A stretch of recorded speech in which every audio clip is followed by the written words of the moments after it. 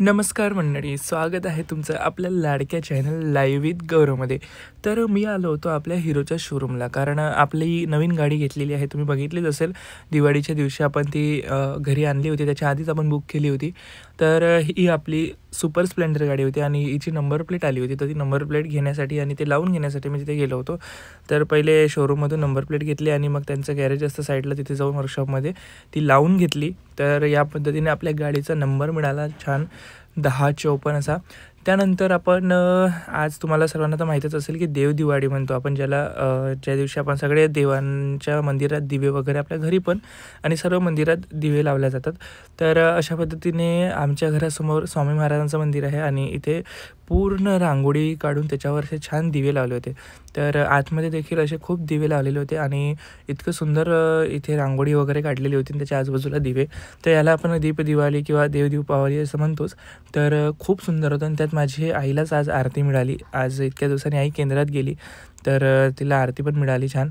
तर इथे देखील खूप सारे दिवे लावलेले होते आणि असंच राजेश्वर मंदिरात देखील लावले होते. आणि सालासर बालाजी आपल्या अकोल्यातले जे फेमस मंदिर आहे तिथे मला जायचं होतं, पण मग मी राजेश्वरमध्ये गेलो होतो, राजेश्वर मंदिरामध्ये, पण तिकडे जाणं झालं नाही सालासरकडे. पण आपल्या जी घरासमोरच मंदिर आहे स्वामी महाराजांचं, तिथली जी काही दिवाळी आहे, देवदिवाळी, ती बघा किती सुंदर आहे. इथे ओम, त्यानंतर स्वस्तिक आणि त्यानंतर श्री स्वामी समर्थ असं हे रांगोळीमध्ये आणि त्याच्यावर मग दिवे असे लावलेले होते.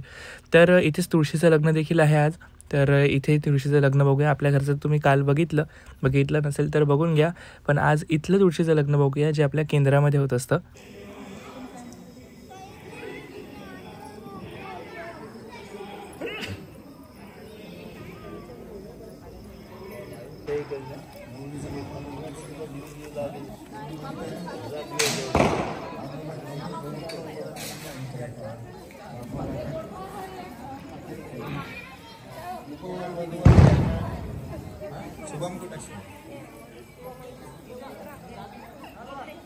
अक्षता दे ना, अक्षता.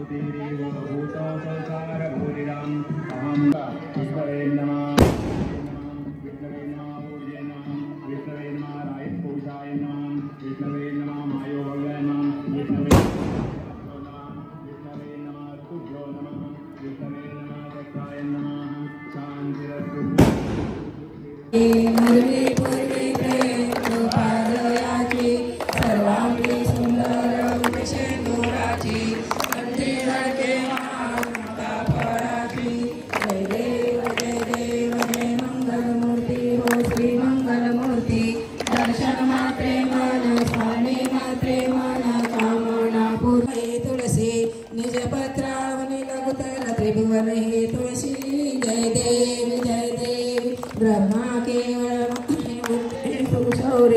अग्नि शंकर देवते शाखा परिहारे सेवा करते भावे सकळे नरनारे दर्शन मात्रे पापे हरते निर्धारे जय देवी जय माये तुळसी निजपत्रावली त्रिभुवने तुळशी जय देवी शीतळ छाया भूतल व्यापक तू कैसी मंजुरीची आवड कमळा रमणासे तव दल विरहित विष्णू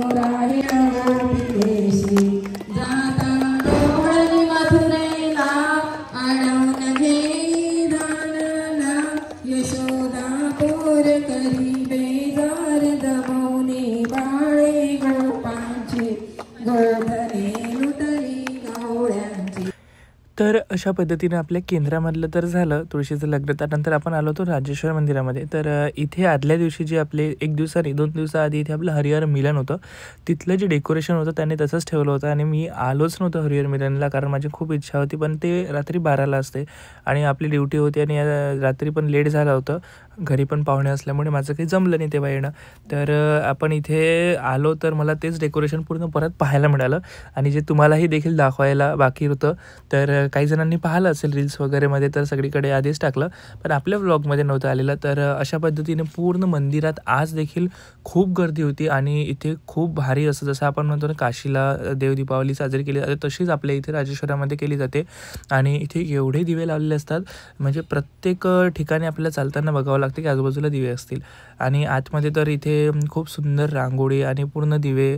आणि एक टाईम असा असतो 6 नंतर, मला वाटते 7 वाजता, की जेव्हा पूर्ण लाईट बंद केले जातात आणि फक्त दिव्यांच्या प्रकाशात मंदिर जे आहे ते पूर्ण उजेडमध्ये चमकत असतं.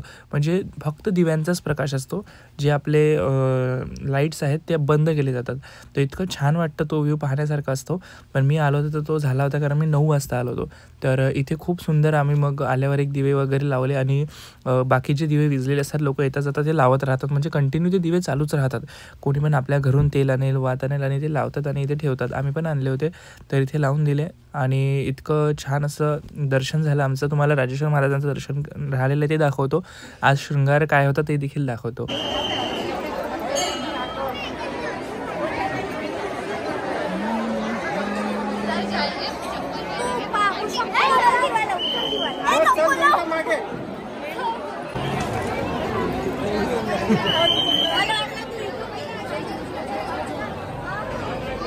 जय भोलेनाथ.